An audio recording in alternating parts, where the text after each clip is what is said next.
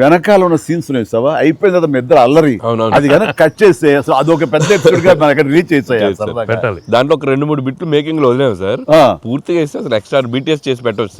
మన దగ్గర ఉంది ఫుటేజ్, బాగుంది అసలు, ఎంత బాగుందంటే అదొక ఎక్స్ట్రా అడిషనల్ గా ఇదిగా అనిపిస్తుంది, ఫెంటాస్టిక్ ఉంది అసలు. ఆ ఐడియా ఏం ఐడియా, నా పాటలు తను అవి కూడా సిచ్యువేషన్ ఫోర్స్గా లేదు, సిచ్యువేషన్ గా ఉంది.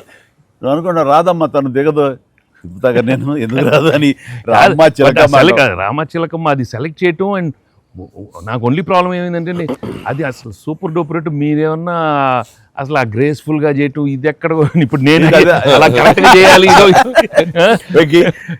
చెప్తాను, హుక్ స్టెప్ బాగుంది, బాగా చేసాం, అది అప్రోప్రియేట్ టైంలో, అది మన ఫంక్షన్ పీరియడ్స్ ఫంక్షన్ అవుతుండగా ఒక్కసారిగా మీకు ఉత్సాహం, మీకు అసలు క్లూ లేదు కదా ఏం సాంగ్ అలా కూర్చొని ఆ బీట్ రాగానే వెంకి లేచి డాన్స్ చేసేసరికి మొత్తం దాని ఇంపాక్ట్ వలన టోటల్ సినారియో మారిపోయింది.